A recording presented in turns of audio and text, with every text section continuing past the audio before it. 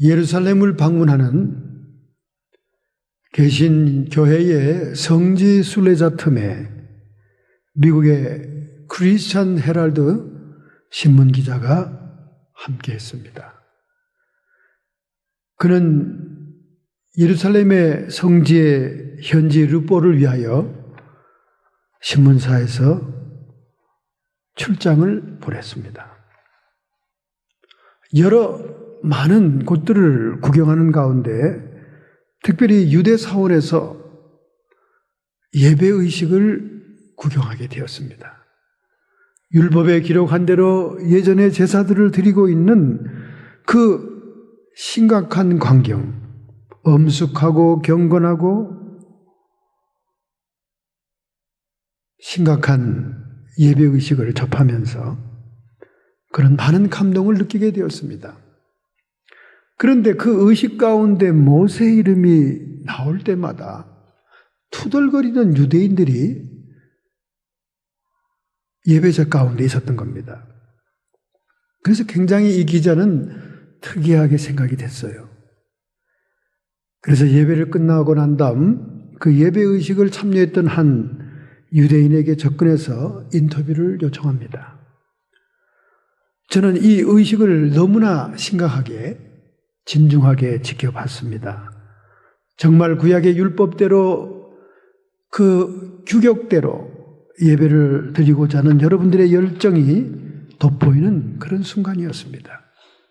그런데 한 가지 이상한 것이 있는데 모세의 이름이 나올 때마다 왜 유대인들이 술렁거리고 투덜거리는 사람들이 많습니까? 마치 출애굽한 다음 홍해를 건너고 광야에서 원망불평하던 이스라엘 백성들처럼 왜 이렇게 쭝얼쭝얼대지요? 그는 해방자가 아닙니까? 그는 예언자 선지자가 아닙니까? 얼마나 유대인들에게 존경받는 분이 아닙니까? 그렇게 얘기를 하니까 그 유대인이 피식 웃으면서 몇 적은 얼굴을 하는 겁니다. 천만에요. 모르시는 말씀이네요, 기자님. 모세의 인기가 요사이는 점점 떨어지고 있습니다. 아니, 왜 그렇습니까? 최근에 땅에 떨어진 그의 인기를 아마 기자님도 여론조사를 해보면 알 수 있을 것입니다. 아니, 그 자가 말이에요. 우리를 이렇게 이 땅으로 인도하지 않았습니까? 덕분에 이스라엘의 오렌지가 스프링쿨러로 세계적인 수출품이요, 세계적인 인기 품목이 됐습니다. 그래요? 그러면 감사할 일이네요. 그렇지만 대다수의 유대인들은 오렌지 수출하는 것보다는 석유가 땅에서 콸콸 흘러나오기를 더 원하거든요. 그래서 모세가 사우디아라비아 반도로 우리를 인도하지 않고 이 팔레스타인으로 인도한 것이 궁시렁거리는 불평의 원인이지요. 이 헤롤드 기자는 깜짝 놀랐던 겁니다.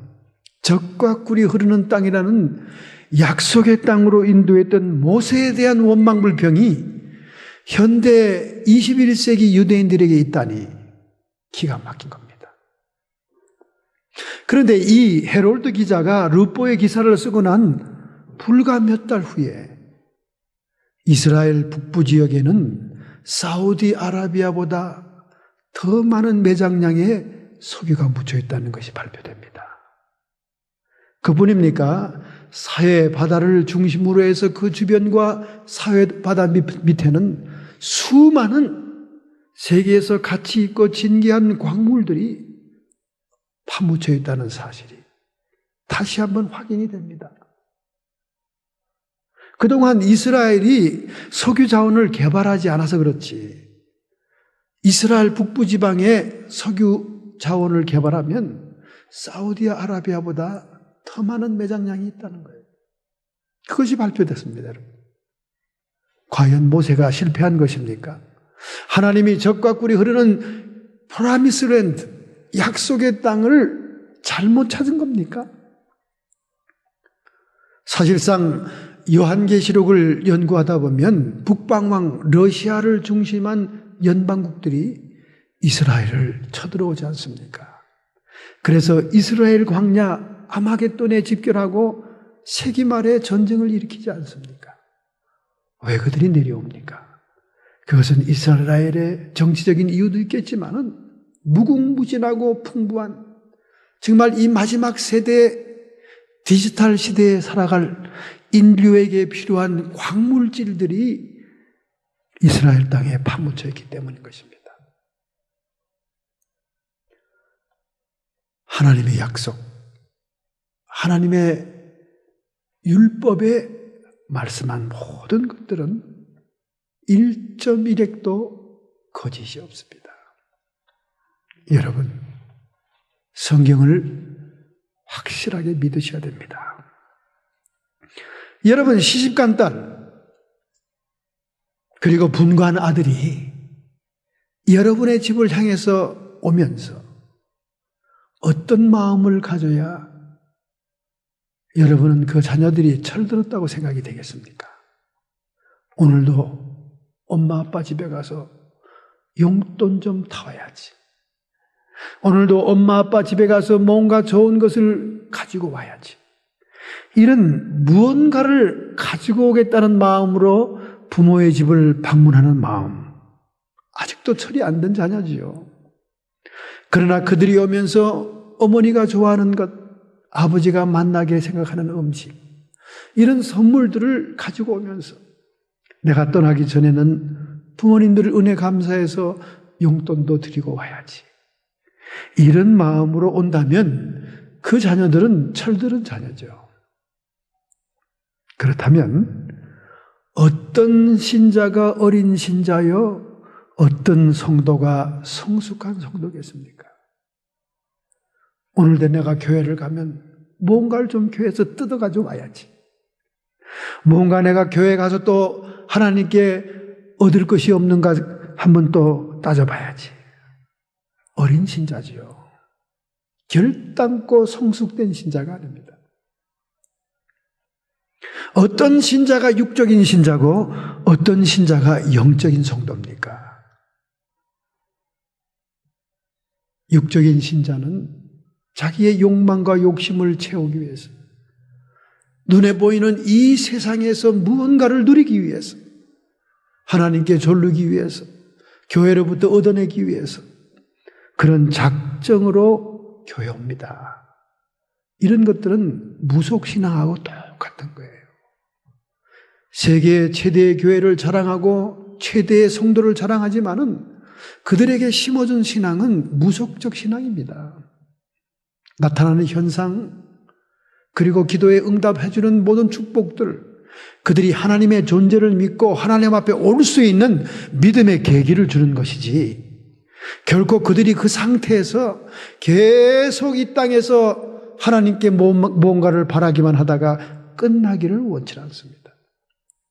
누구든지 내 제자가 되려거든, 예수님께서 말씀합니다. 이 제자라고 하는 신분은 하나님의 자녀의 신분보다는 더 헌신적이고 더 하나님께 철들은 모습의 성숙한 성도의 모습을 얘기하지 않습니까? 제자라는 것은 예수님의 영적인 권위를 위험받아 하나님의 사역을 계승할 사람들을 얘기하는 거 아닙니까? 너희가 내 제자가 되려면 나를 따르라. 주님이 사신 삶, 주님이 가신 길, 그 길을 따라오라는 거예요. 누구든지 자기를 부인하고 자기의 십자가를 지고 따라야 할지니라. 할렐루야. 오늘 여러분이 여러분의 신앙을 점검할 수 있습니다. 여러분의 영적인 상태도 확인할 수가 있습니다. 정말로 여러분이 깜짝 놀라고 은혜 받은 하나님의 진리들, 그 성경의 말씀들을 위해서 자기를 부인하고 있습니까? 하나님 말씀 앞에, 하나님의 뜻 앞에, 하나님이 원하는 것 때문에 나를 포기할 수 있냐 그 말이죠. 셀프 디나이어를 할 수 있냐 그 말입니다. 자기를 부인하는 정도의 소극적인 삶뿐만 아니라 자기를 정말로 희생해서 내놓는 십자가를 지는 삶을 살 수 있냐 그 말이에요. 이것이 성숙한 성도요, 영적인 성도의 모습입니다. 오늘 현대 한국 교인들이 믿음이라는 단어를 너무나 평면적으로 1차원적으로 해석을 합니다. 오직 의인은 믿음으로 말미암아 살리라. 얼마나 무게가 있고 무겁고 힘든 얘기인지 몰라요. 그런데 막 그 얘기만 들으면 너무나 기분 좋은 거예요. 믿음으로 말미암아 살리라. 딴 거는 아무것도 필요 없어. 거기에 심지어 행위가 필요 없다고 생각하는 겁니다. 여러분, 믿음이라는 단어는 4차원적인 단어입니다. 1차원적인 평면적인 단어가 아니에요. 피스토스라고 하는 헬라어는 로얄티라고 하는 행위가 포함된 거예요. 충성스럽게 행동을 keep on going, 계속적으로 해나가는 것을 얘기하는 거예요. 그 믿음이란 단어는 4차원적인 단어예요. 너무나 무거운 단어입니다. 그런데 오늘날 이 개혁주의 계통의 개신교회 사람들 너무나 그걸 단편적으로 가볍게, 값싸게, 삽박하게 마치 무슨 면죄부를 받은 것처럼 생각합니다. 그 믿음은 참으로 복잡하고 많은 것을 함축한 단어라는 사실을 우리가 깨달아야 돼요. 자기 부인이 포함됐고 자기 십자가를 지는 희생이 포함된 거예요. 소극적으로 부정적으로 자기를 부인하는 정도에서 끝나는 게 아니라 적극적으로 하나님의 뜻을 위해서, 하나님의 사명을 위해서 자기를 십자가에 내어주는 예수님처럼 죽음까지도 불사해야 된다는 거예요. 자기 희생이 있어야 되는 겁니다. 오늘 우리 본문의 말씀은 3대 절기를 이스라엘 백성들에게 명하면서 이스라엘의 남자들은 반드시 1년에 이 세 절기를 지키기 위해서 하나님이 자기의 이름을 두신 곳, 하나님이 정하신 장소에 올라와 예배를 드리라. 그렇게 말씀합니다. 그러나 그 예배를 드리러 올 때 16절에 말씀하기를 내 하나님 여호와의 택하신 곳에서 여호와께 보이되 공수로 여호와께 보이지 말고 빈손으로 오지 말라는 거예요. 빈손으로 올 자격 있는 사람은 아무도 없다는 겁니다. 왜?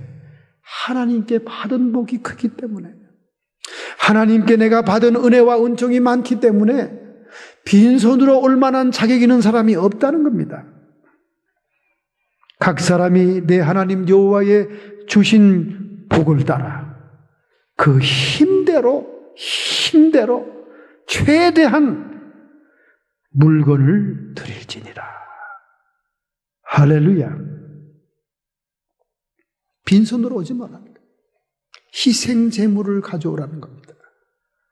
여러분, 희생 없이 하나님을 섬기겠다는 마음을 먹지 마세요.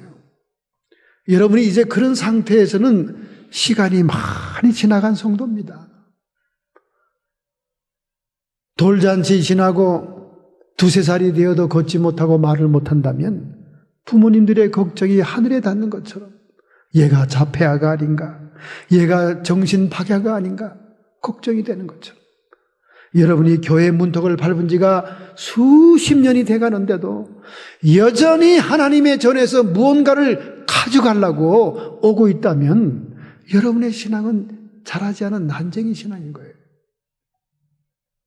하나님이 우리를 뭘 주려고 하더라도 먼저 구해라 그랬어요. 하나님의 나라와 하나님의 의를 구해라.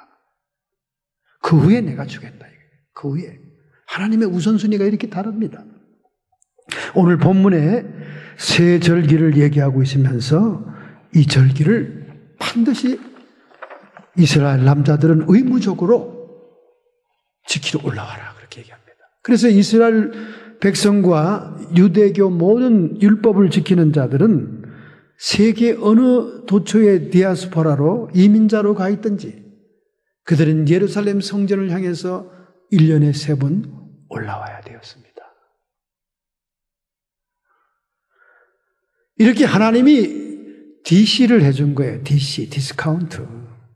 왜냐하면 여호와의 절기는 3절기만 있는 게 아니에요. 7절기입니다. 여호와의 7절기입니다. 레위기서 23장에 보면 자세하게 여호와의 7절기가 나와 있습니다. 유월절, 무교절, 초실절, 칠칠절, 나팔절, 속죄일, 초막절 이렇게 7개의 절기가 나와 있어요. 근데 이거 7개의 절기를 다 참석해라. 이렇게 했으면 얼마나 번잡했겠습니까마는 그 중에 대표적인 3절기만 참석해라 그 말이에요. 우선 그게 뭐냐? 무교절이 포함된 유월절 아닙니까? 출애굽 해방을 기념하는 날이요. 오늘날 우리의 구원을 상징하는 날이죠. 그 다음에 77절 있지 않습니까? 77이 49. 그 다음 날이 오순절 아닙니까? 오순절.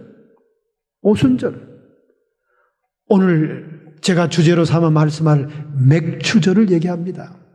첫 번째 추수를 드리는 날. 오순절, 77절, 맥추절입니다. 그 다음에 마지막 초막절, 수장절이라고 나오죠. 그래서 마지막 추수를 해서 창고에 곡식을 모아두는 수장절, 그것이 이스라엘 백성들이 광야에서 초막 생활하던 것을 또 기념하는 초막절이기도 합니다.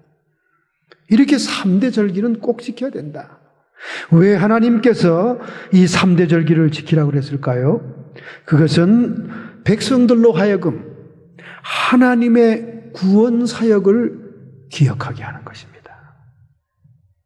두 번째는 너희들이 받는 모든 것도 역시 하나님의 은혜로 주어지는 것이다 하는 하나님의 은혜를 감사하게 하기 위한 것입니다. 세 번째는 적어도 기본적으로 3번씩은 하나님 예루살렘 성전 택하신 곳에 여호와의 이름이 있는 곳에 올라오므로 하나님과의 교제, 하나님과의 예배를 통해서 하나님의 관계를 새롭게 하라는 것입니다. 이런 의미에서 세절기를 꼭 지켜라. 그렇게 얘기하고 있습니다. 그런데 이제 구약시대를 지나 신약시대가 왔고 은혜시대에 살고 있는 현대 성도들이 이 율법적인 유대의 절기가 우리와 무슨 상관이 있겠느냐? 아무 상관이 없다. 이렇게 얘기하지만은 천만의 말씀입니다. 골로새서 2장 17절에 성령께서 말씀하십니다. 이것들은 장래일의 그림자이나 몸은 그리스도의 것이니라. 할렐루야.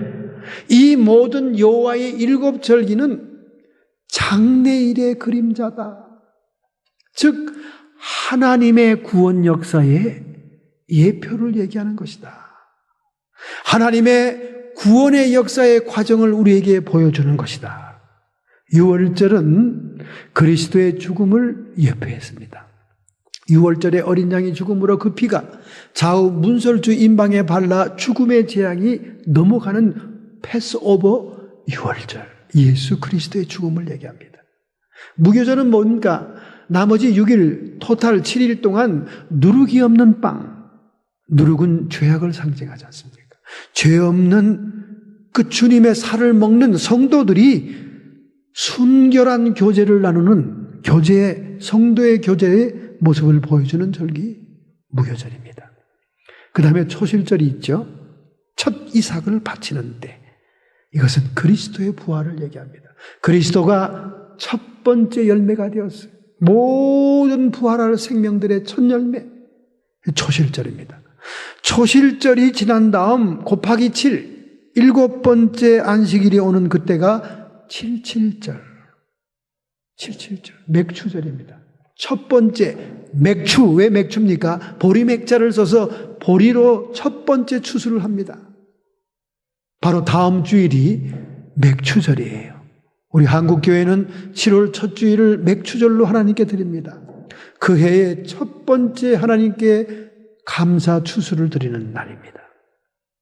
77절, 맥추절이에요. 그 다음 하루가 딱 지나면 오순절이 있습니다. 오순절은 성령 강림을 뜻합니다. 성령이 강림하심으로 교회가 탄생되지 않습니까? 6월절, 무교절, 초실절, 칠칠절은 맥추절까지 봄절기를 얘기합니다. 과거를 얘기합니다.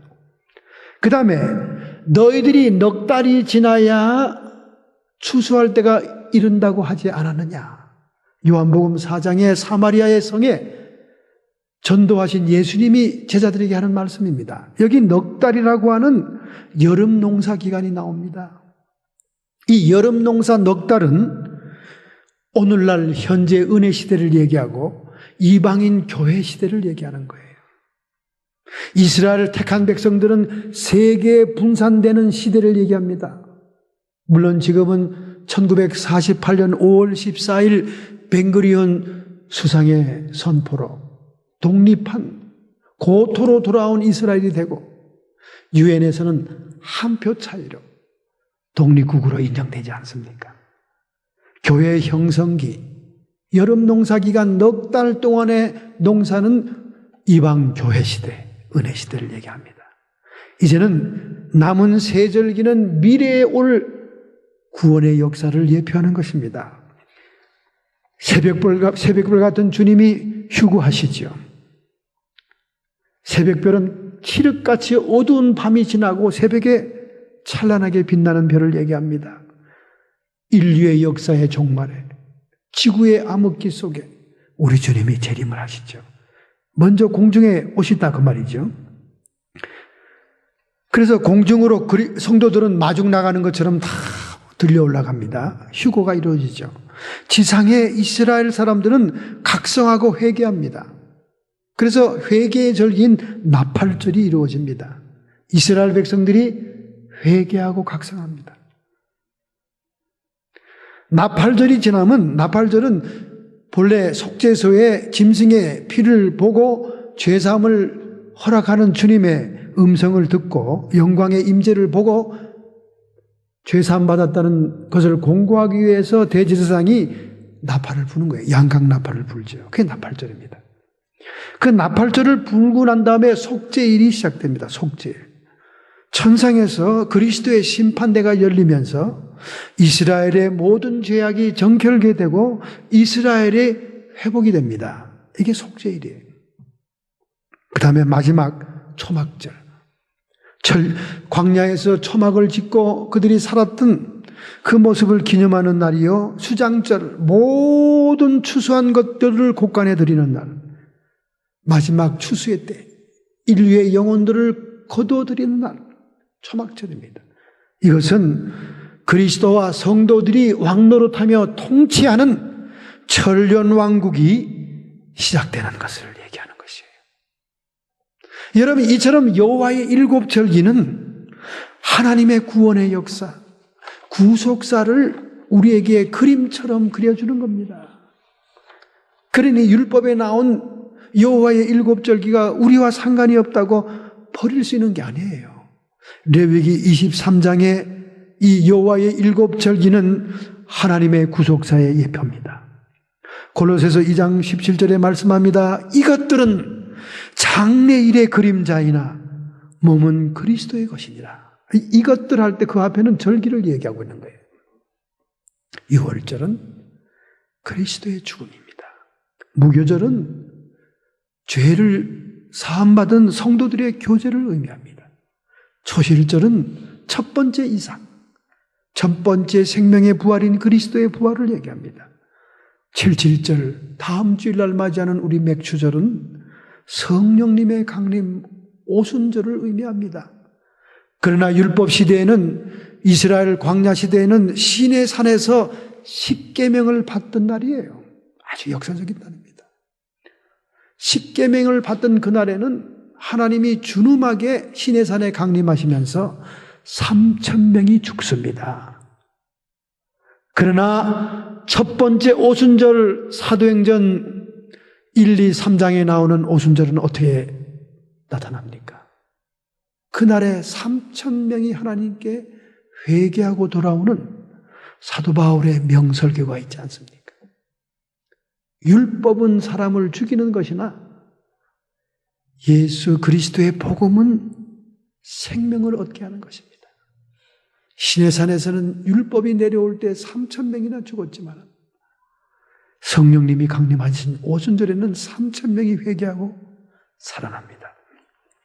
그리고 이 맥주절이 구속사의 전환점을 이루어서 넉 달 동안 여름 농사 이방인의 구원의 때입니다. 그때 이방인의 교회가 형성되고 이방인의 교회를 통해서 세계의 선교가 이루어지면서 이스라엘은 분산되었다가 인류 종말의 날이 가까우는 문턱에서 이스라엘로 다시 돌아오지 않습니까? 그리고 미래의 절기, 나팔절, 속죄일, 초막절이 가을 농사입니다. 가을 농사. 이렇게 여러분 절기는 심오한 뜻이 있는 거예요. 우리가 이 절기를 통해서 큰 은혜를 받아야 됩니다. 그러면 오늘 우리가 다음 주일인 맥주절에 대해서 집중해서 한번 말씀의 은혜를 받아보기로 하겠습니다. 신명기 16장 9절부터 12절의 말씀에 7주를 계수할지니 곡식에 낫을 되는 첫날부터, 이건 초실절을 얘기하는 겁니다. 곡식에 낫을 되는 첫날부터 7주를 계시하여 77이 49주 만에 내 하나님 여호와 앞에 77절을 지키되 내 하나님 여호와께서 내게 복 주신 대로 내 힘을 헤아려 자원하는 예물을 드려라. 11절 너와 내 자녀와 노비와 내 성중에 거하는 레위인과 및 너희 중에 있는 객과 고아와 가부와 함께 내 하나님 여호와께서 그 이름을 두시려고 택하신 곳에서 내 하나님 여호와 앞에서 즐거워할지니라. 너는 애굽에서 종되었던 것을 기억하고 이 규례를 지켜 행할지니라. 할렐루야. 믿으시면 아멘 합시다. 이 맥주절을 반드시 지켜라. 근데 이 맥주절을 어떻게 지키느냐? 첫째는 10절입니다. 내 하나님 여호와 앞에 77절 맥주절을 지키되 내 하나님 여호와께서 내게 복을 주신 대로 내 힘을 헤아려 자원하는 예물을 드리고. 할렐루야. 내가 하나님의 은혜를 생각하면서 하나님이 복 주신 것을 곰곰이 생각을 해보고 헤아려 보고 내 힘을 헤아려 하나님이 주신 것을 다 카운트를 해보고 자원하는 예물을 드려라. 할렐루야. 얼마나 감사한 얘기입니까? 자원하는 예물 억지로 하지 말고 기쁨으로 하나님께 드려라. 얼마나 기막힌 일입니까? 기쁨으로 드려라. 어떻습니까, 여러분? 여러분이 하나님의 이름 두신 곳, 하나님의 정하신 하나님의 제단에 드리고 싶은 마음이 있습니까? 목회를 오래 하다 보면 기억에 남는 인물들이 종종 있습니다. 제가 시골에서 목회할 때입니다. 새벽 기도를 끝내고 남은 시간 기도하다가 해가 중천에 뜨면 그 높은 층계를 내려와 사택으로 갑니다. 층계가 굉장히 많았어요. 근데 그 층계를 중심으로 해서 사택이 있고 또 다른 편에는 이 집사님이라고 살고 있었습니다. 그런데 이 집사님은 어떤 사연이 있냐면 모내기를 하다가 갑자기 남편이 급사했어요. 그렇게 저한테 남편의 구원을 위해서 부탁하고 기도해달라고 그렇게 했던 남편입니다. 모내기를 하다가 일사병인지 하여간 건장했던 남편, 건강이라면 부러울 것이 없던 남편이 갑자기 죽게 됐습니다. 처음에는 응급실로 실려갔죠. 쓰러지니까. 저도 바쁘게 뛰어갔습니다. 그때 그가 마지막으로 의식을 잊고 잠깐 의식이 돌아오더라고요. 아마 하나님이 그 영혼 구원하려고 기회를 주신 것 같아요. 잠깐 영혼이 돌아왔을 때 그 부인의 손을 잡더니 정말 안 나오는 말로 더듬거리며 여보, 내가 먼저 가더라도 당신이 그토록 의지하는 하나님을 붙들고 자식들을 잘 키워주시오. 그렇게 떠듬거리면서 무슨 말인지 못 알아들을 정도로, 그래서 통역을 해야 될 정도로 그런 말을 남길 때 제가 그 찬스를 놓칠 수 없지 않습니까? 두 손을 꽉 잡고는 형제님, 마지막 기회입니다. 주님의 이름을 부르십시오. 아내 되는 분도 자식들도 얼마나 아버지의 구원을 위해 기도한지 모릅니다. 지금 방금 하나님께 모든 가족을 부탁하지 않았습니까? 그런데 그 가족들을 만나야 되잖아요. 천국에서 만납시다. 그랬더니 웃더니 고개를 끄덕끄덕 하더라고요. 그래서 제가 기도를 하고 같이 따라하라고 그랬습니다. 그랬더니 따라했어요. 예수님, 내가 저 하늘에 갈 때 나를 인도해 주세요. 그 기도를 하고 내 마음에 주님을 모십니다. 내 가족을 부탁드립니다. 그 기도를 막 억지로 따라하고 숨을 거뒀습니다. 그러니 그 부인의 눈물 어린 기도와 그리고 그 목사님의 중보 기도가 이루어진 건 사실이죠. 참 보람 있는 일입니다. 그런데 거기까지는 참 행복스러운 모습인데 그 후가 문제가 아닙니까? 그 후가 어떻게 됐겠어요? 그 후가 문제죠. 30대 후반에 이 여집사님은 아이들이 6명입니다. 장대 같은 남자들이 4명에다가 쫄망쫄망한 여자아이들이 2명이에요. 6명이에요. 그 6아이들을 다 쓰러져가는 토담집에 자녀를 양육하고 먹여 살리기 위해 고생이 많이 아니었어요. 김매기에, 풀베기에, 농약 뿌리기에, 석회 광산에 가서 등짐지고 공사장에서 벽돌 나르기, 정말 무서운 노동판에서 자녀들을 키우기 위해서 엄청난 어려운 일을 했습니다. 그 새벽 기도를 다 마치고 내려오다가 그 집에 굴뚝에 연기가 나질 않으면요, 저희 집에 아침밥 하기 위해서 했던 큰 밥통에는 밥을 그대로 갖다 주라고 그럽니다. 갖다 주면 아이들이 환장한 것처럼 숟갈로 퍼먹을 생각도 안 하고 손으로 퍼먹습니다. 그렇게 처절한 삶을 살면서도 이 집사님이 그것은 주일 예배를 지키는 거예요. 주일 예배. 여러분, 막노동판에서 일하면서 주일 예배 지키는 건 정말 힘든 일입니다. 그리고 자기가 받은 품삯을 반드시 11조와 감사의 예물을 주의 단에 드립니다. 어떤 때는요, 그 헌금과 그거를 도로 가져가라고 하고 싶은 때가 너무나 많습니다. 그런데도 아주 철저하게 드립니다. 철저하게 드립니다. 죽어도 변치 않는 것이 있는데, 예배 전 30분 전에 와서 강대상 아래 가장 가까운 자리에 통곡하며 기도합니다. 근데 그 통곡이 자기 신세 타령도 아니고요, 자기 새끼들 위해 기도하는 것도 아니에요.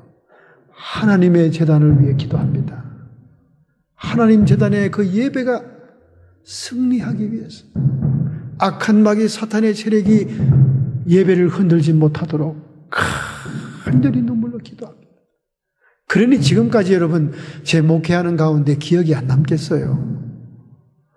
그 처절한 몸, 허리도 피기 힘든 그 몸을 가지고 너무나 힘드니까. 그런데 여러분 그 후에 어떻게 된 줄 아십니까? 하나님은 살아계세요. 요즘 유행하는 말이 뭔지 알아요? 살아있네. 그 유행하는 말입니다. 하나님이 살아있네. 아들 4명이 다 판검사에다가 행정고시, 사법고시에 합격해가지고요. 한국에 내놓으라는 직위까지 올라가고 딸 둘은 그 시골 학교, 그 맥없는 학교에서 전부 다 전교 1등 해가지고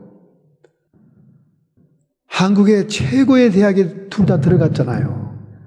그러니까 교수님들이 최고 대학에서 최고 점수 받는 아이들을 가만두겠어요?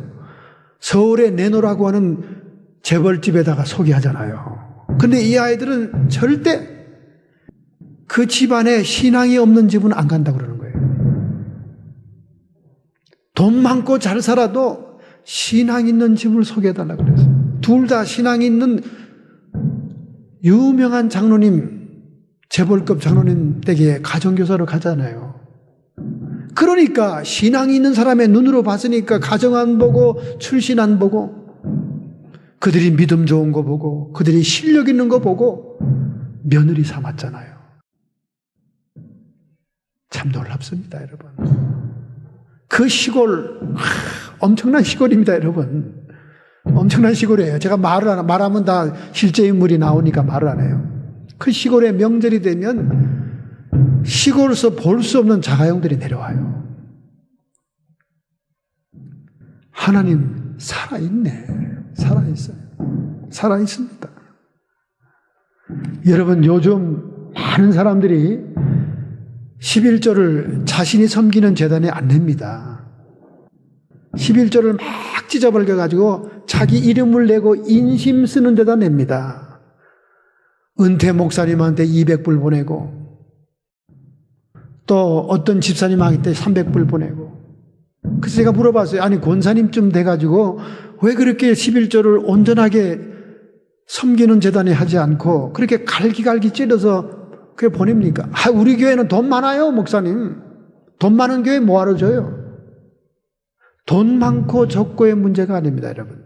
성경의 원리대로 제대로 헌금해야 돼요. 오늘도 여기 본문을 말씀하고 있잖아요. 내가 정한 장소에 내 이름을 둔 곳에 그곳에 재물을 가지고 오라는 거예요. 여러분 11조의 오리지널 원조를 보고 어떻게 11조 하는 것을 제대로 배워야 됩니다. 아브라함이 언제 11조에서 우리에게 원조를 보였습니까?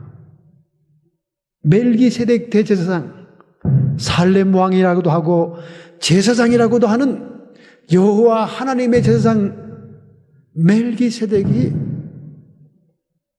아브라함을 승전을 축하하기 위해 찾아왔을 때 그가 아브라함에게 가족들에게 떡과 포도주를 먹입니다.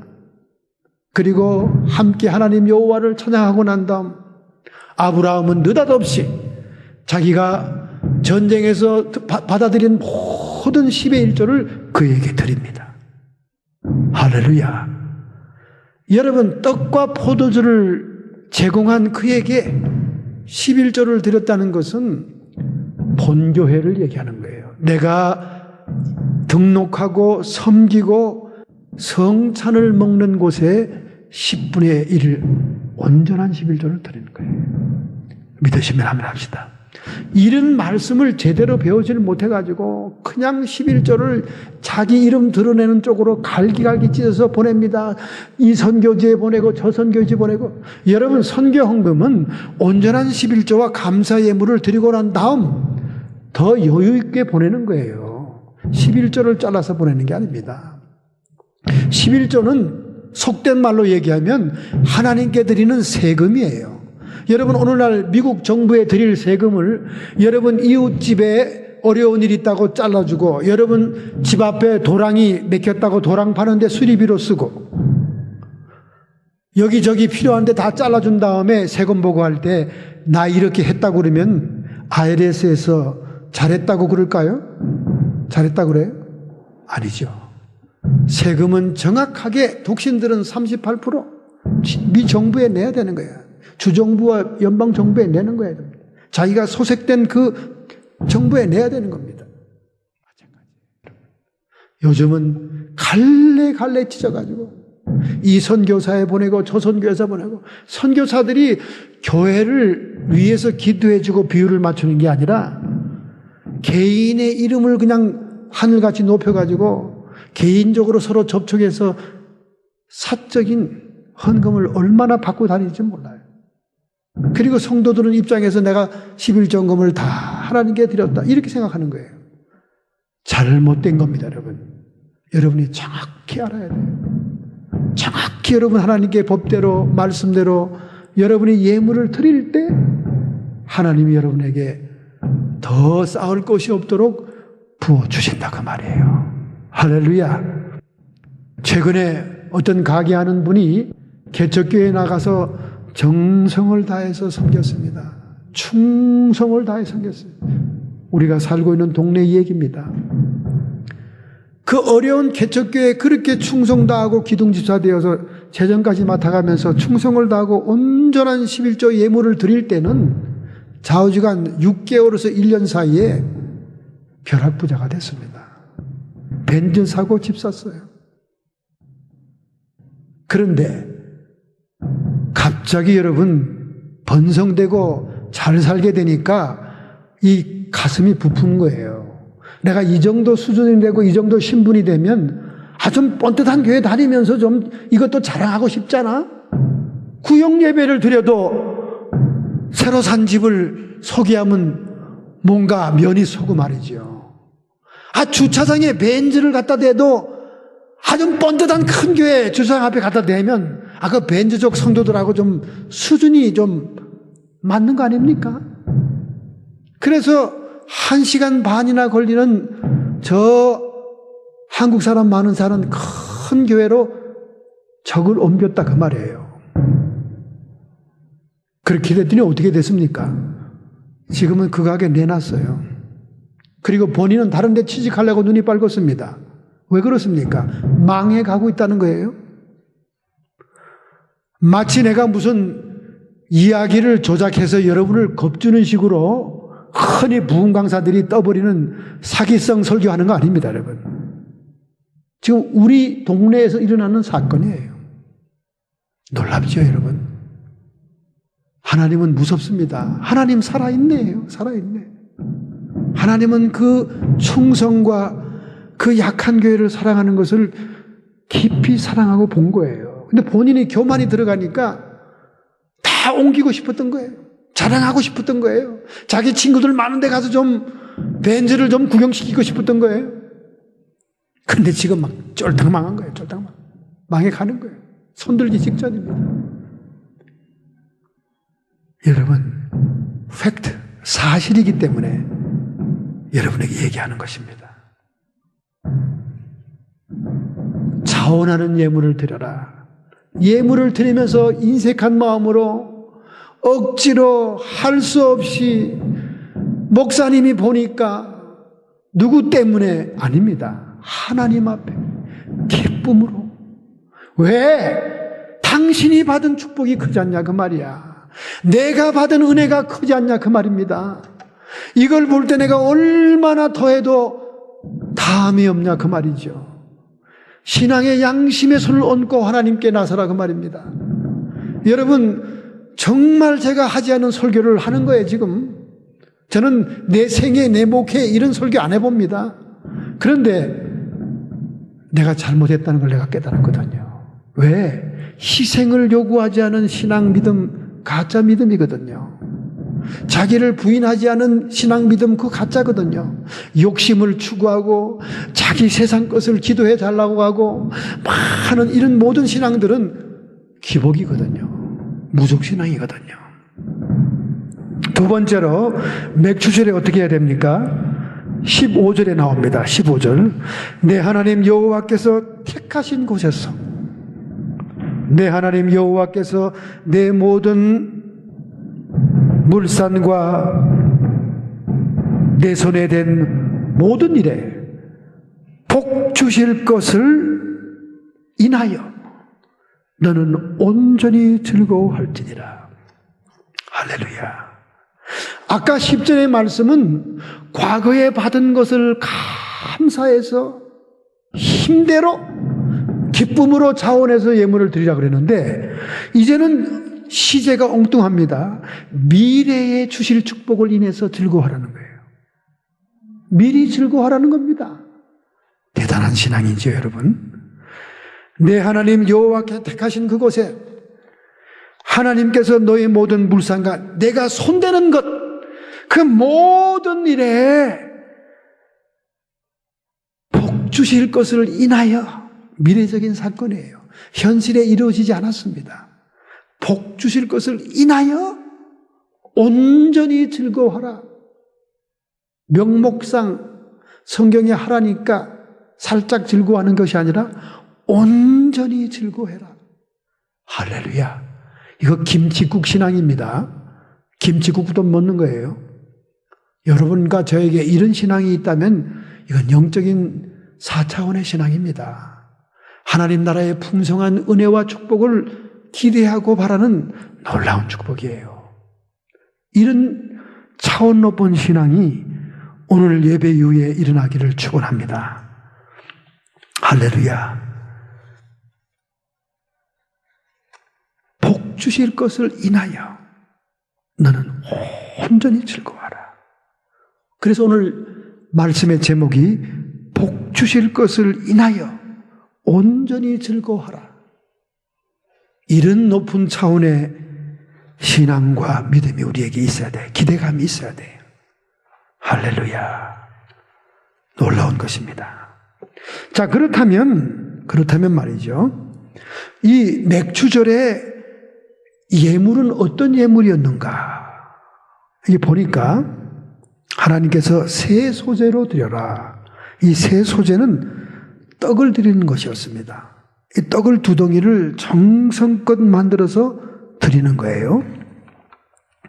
이 떡을 만들기 위해서는 미랄이 깨어져야 되고, 가루가 되기 위해서 맷도질을 해야 되고, 그 다음에 반죽을 기름에다 해야 됩니다. 그리고 마지막에 떡을 불에다가 구워야 됩니다.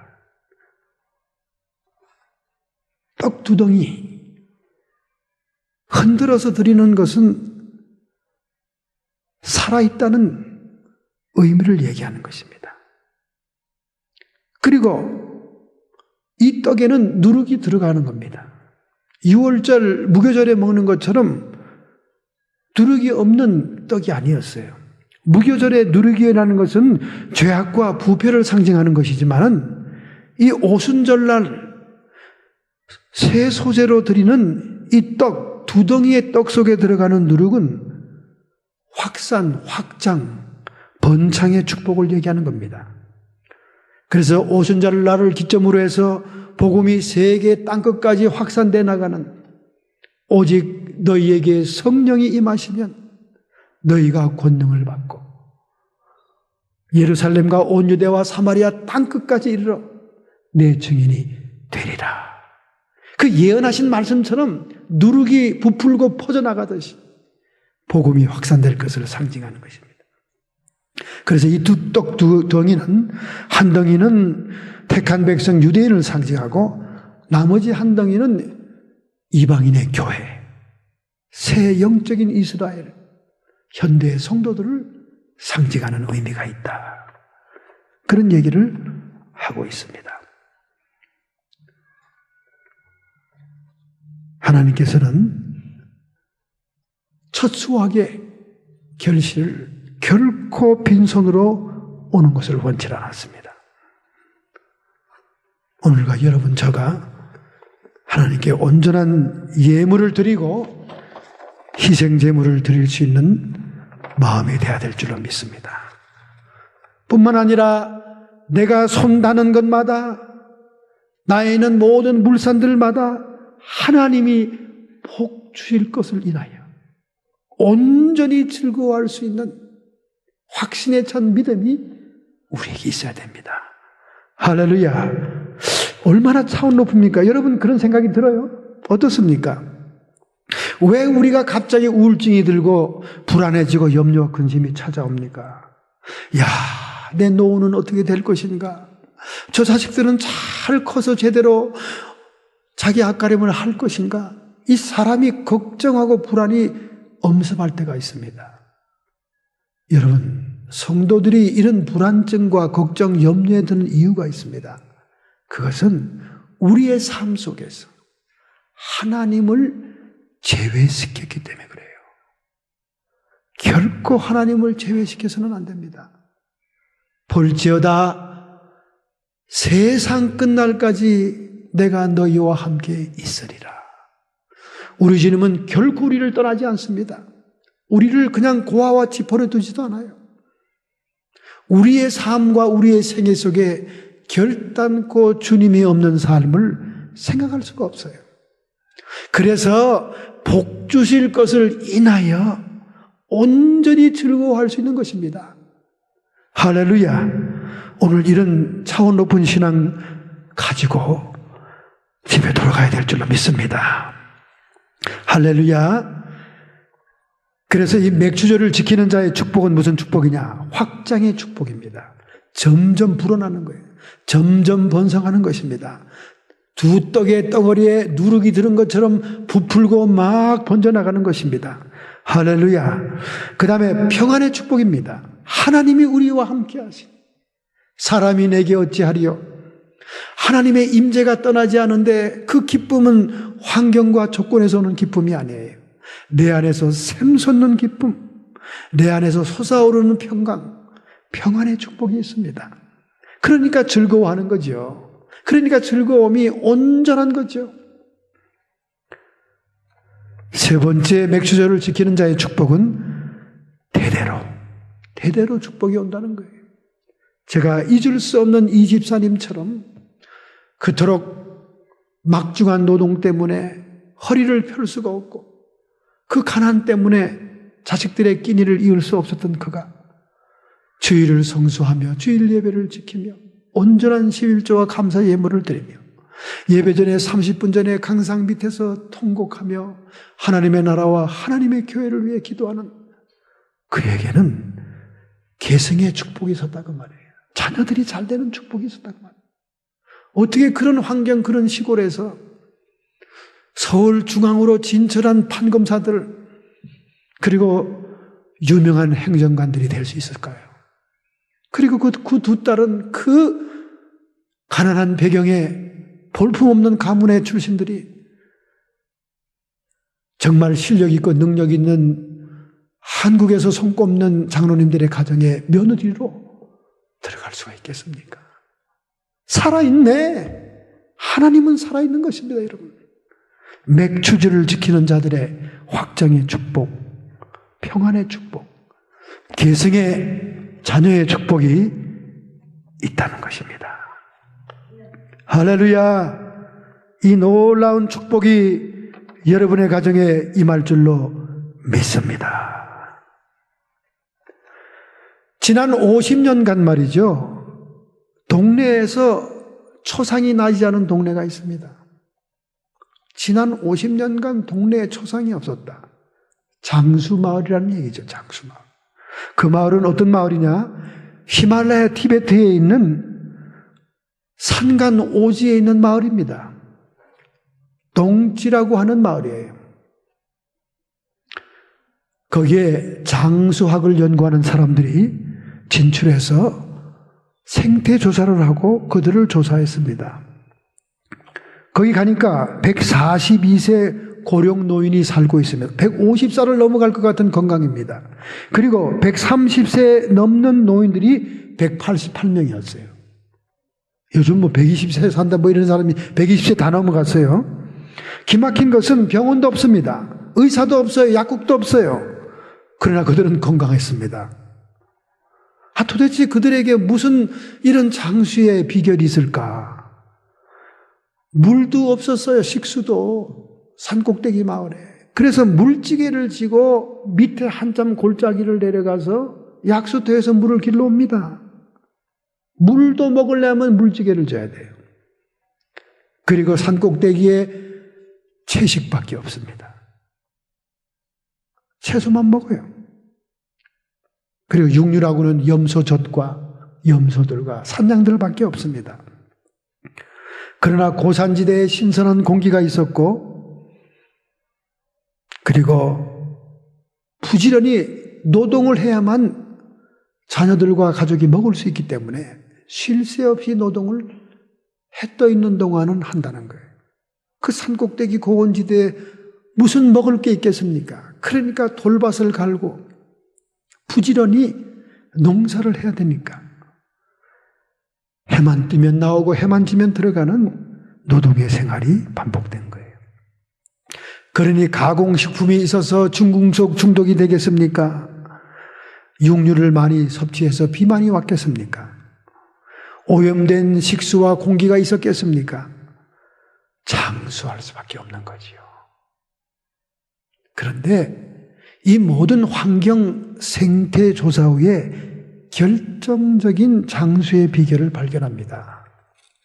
그것은 그들이 살고 있는 환경은 열악하기 짝이 없고 노동이 필요한 그런 환경이었지만 그들은 너무나 자족하더라는 거예요. 할렐루야. 뭐 자족할 수밖에 없잖아요. 어릴 때부터 거기서 살아서 거기서 죽으니까. 동네 밖을 알 수가 없는데요. 뭐. 자기가 살고 있는 그 환경이 전부니까. 거기에 아름다운 꽃들과 골짜기, 그리고 파랗디 파란 하늘에 지나가는 새털구름, 그리고 코끝에 닿는 신선한 공기들, 자기들이 자라오고 뛰어놀던 그 산간 고원지대가 너무나 행복한 자족 감정이 그들에게 감사와 즐거움, 기쁨이 있었다는 거예요. 할렐루야. 우리가 모든 일에 하나님이 복 주실 것을 인하여 미리 즐거워하고 감사한다면 장수의 축복은 안 받겠습니까? 장수의 축복은 안 받겠어요. 여러분, 사람 죽고 사는 건요, 아무리 좋은 건강식품만 먹어도 죽고요, 그리고 사흘 전에 종합검진을 했어도요 발견이 안 되고 사흘 후에 발견된 암으로 죽고요, 아무 병도 없고 아무런 문제가 없는 사람도 원인 불명으로 급사하고도, 모든 수명과 생명은 하나님께 있는 겁니다. 그러므로 우리 하나님이 복 주실 걸 믿고 즐거워하라. 그러면 그대로 그냥 살면 되는 거예요. 할렐루야. 자족합시다. 감사합시다. 그러면 즐거움은 넘치는 거예요. 즐거움은 저절로 나는 겁니다. 한 번은 D.L. 무디 선생님이 영국 맨체스터 지방에 부흥회를 갔습니다. 부흥회를 갔는데 자신이 아무리 명설교를 하고 좋은 은혜를 끼쳐도 항상 그 은혜는 두 번째입니다. 첫 번째로 그 지역의 성도들이 은혜 받는 거에 딴 데 있었어요.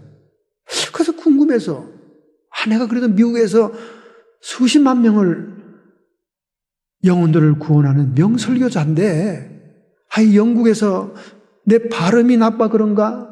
내 어휘가 좀 지식적이 안 해서 그런가? 그래서 그 성도들을 수소문해 봤더니 그 동네에는 덴데라라고 하는 할머니가 살고 있었습니다. 그 할머니가 모든 성도들에게 첫 번째 은혜를 주는 사람이었어요. 그러니 이 D.L. 무디 선생님이 얼마나 바지런한데, 아마 오영 같아요. 그 사람은 오영 같아요. 그 덴데라 할머니 좀 만나봅시다. 그래서 성도들을 부탁하니까 그 성도들이 쾌히 기쁨으로 이 성도의 집에 그를 인도했습니다.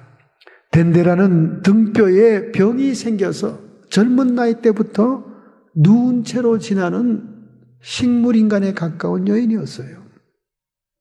뼈가 상해서 냄새가 진동합니다. 그가 누워있는 방에는 뼈가 썩는 냄새로 가득 차 있습니다.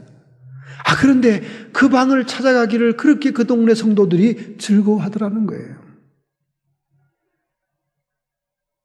그 D.L. 무디 선생님이 부흥에 인도하는 가운데 그것을 신방합니다. 미리 얘기를 들은 것처럼 안타까운 환자를 위해서 축복 기도해주고 하나님의 치유의 역사를 원해서 그를 방문하게 된 거예요. 그랬더니 처음 첫인상은 냄새가 너무 진동해서 참으로 들어가기가 꺼려졌습니다. 그러나 성도들에게 밀려서 그 방에 들어갔어요. 그리고는 들어가자마자 환자를 위해서 기도했습니다. 간절히 기도했습니다. 기도가 끝난 다음 측은한 모습으로 그에게 물었습니다. 얼마나 괴로운 인생을 살았습니까? 얼마나 고통스러운 인생을 살고 있습니까? 그를 위로했습니다. 그러더니 이 덴데라 할머니는 얼굴에 부드러운 미소를 띄었습니다. 괜찮습니다, 선생님. 예수님은 우리 죄를 위하여 십자가를 지시고 피 흘리시지 않았습니까? 괜찮아요. 그 주님의 피 흘림 때문에 저는 죄를 사함받았고 이제 천국을 바라보며 천국을 가게 되었으니 그 천국에 들어가면 나의 모든 불구의 모습도 이 아픔도 사라질 것이니 그날을 생각하면 너무나 기쁘고 감사해서 나의 즐거움이 나의 마음속에서 떠나질 않습니다. 도리어 그렇게 희망찬 얘기를 하는 거예요. 그러니까 목사님이 D.L. 무디 선생님이 머쓱해졌죠. 머쓱해졌습니다. 그래서 이제 얼른 나가려고 주섬주섬 하니까 할머니가 손을 탁 잡는 거예요. 힘이 하나도 없는 손이 깜짝 놀랐습니다. 그랬더니 무디 선생님, 특별 기도 제목이 있다면 저 지금 책상 위에 메모지가 있습니다. 거기다 기록하고 저에다 맡기고 가시죠. 깜짝 놀랐어요. 기도해주러 왔는데 기도를 해주겠다는 겁니다.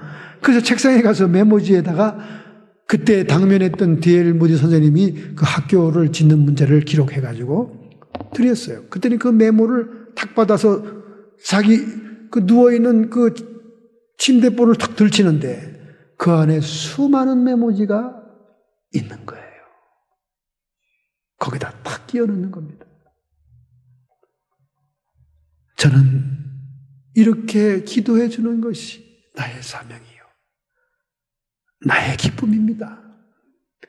이 기도를 통해서 많은 사람들이 하나님을 만났고 감사하고 그들의 영혼이 헌신되고 있습니다. 얼마나 기쁘고 즐거운 일입니까? 그러면서 눈물이 글썽거리는 거예요.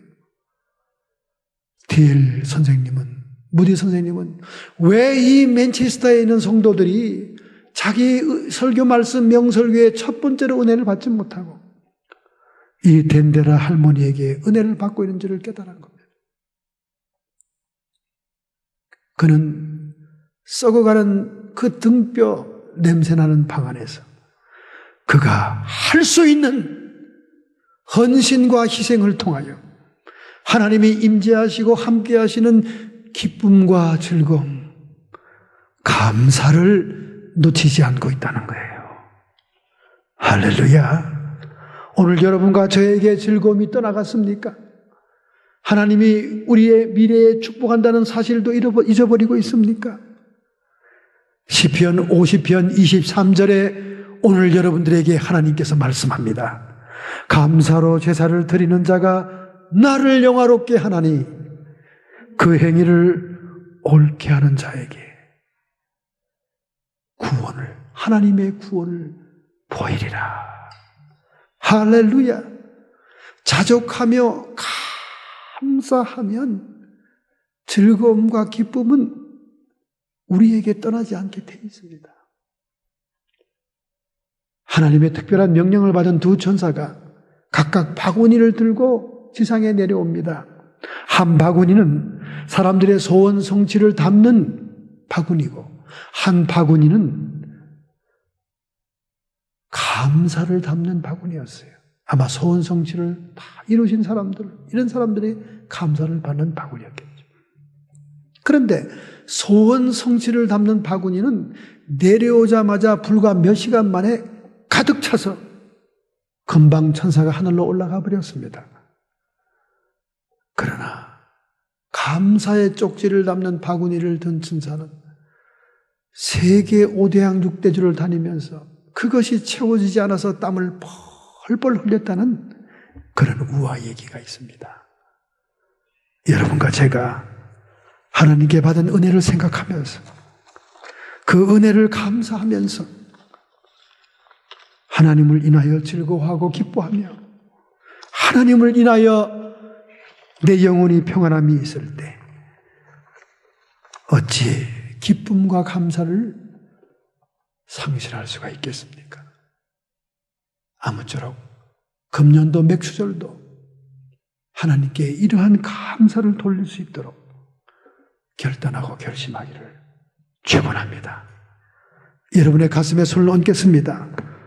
하나님 아버지, 오늘 저희들이 지금까지 받은 그 축복도 엄청나거니와 이제 미래에 닥쳐올 하나님 나라의 소망과 주실 축복을 인하여 내 손에 되는 모든 것들에 대한 축복을 인하여 하나님을 즐거워하는 차원 높은 신앙을 갖게 해 주옵소서. 모세가 이끌던 이스라엘 백성처럼 원망과 불평이 떠나지 아니하며 하나님을 패역하고 거역한 성도가 되지 말게 해 주옵시고 자신의 욕심을 깨트리며 자신의 소원 성취만을 추구하는 것이 아니라 먼저 하나님의 나라와 의를 구하는 저희들의 차원 높은 신앙 되게 해 주옵소서. 자기를 부인하며 자기를 희생할 수 있는 참다운 영적인 성도가 되게 해 주옵소서. 결심하고 결단하는 성도들을 주님 안수하시고 축복하심을 믿습니다. 성도의 육체의 역사는, 성도의 정신의 역사는 모든 질병들아 이 시간 빌라도의 떠락의 채찍에 맞음으로 인류의 질병을 치료하신 주님의 치료의 역사를 명하노니 모든 질병에서 노임을 받을지어다. 주님, 세상 욕심을 깨트립니다. 자아를 깨트립니다. 주님, 자족하며 감사의 마음을 주님께 드리오니 이 시간 우리의 심령 속에 성령을 통한 생명과 평안이 넘치게 해 주시옵소서.